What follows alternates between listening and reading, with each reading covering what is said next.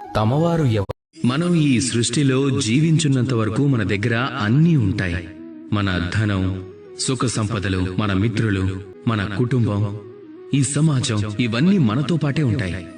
ఏ రోజైతే మనం ఈ సృష్టి నుంచి వెళ్ళిపోతామో వీళ్ళలో ఎవ్వరూ కూడా మనతో పాటు రారు. ఏ ధనము రాదు, సుఖము రాదు, అలాగే సంతోషాలు రావు.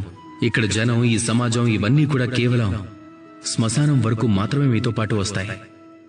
దాని తర్వాత కూడా మనతో పాటు ఏదైనా వస్తుంది అంటే అది కేవలం మన ధర్మం మాత్రమే.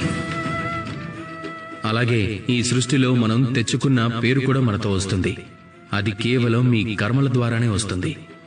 కాబట్టి ఈ సృష్టిలో మీరు ఎప్పటి వరకు జీవించుంటారో అప్పుడు మీరు ఏదైనా సాధించాలి అనుకుంటే ధర్మాన్ని సాధించండి. అలాగే ధర్మం గురించి స్పష్టంగా తెలుసుకోండి. అలాగే కర్మను సాధించండి.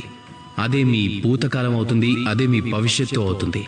అదే మీ అందరికీ ఒక ప్రేరణగా నిలబడుతుంది. మనం ఈ సృష్టి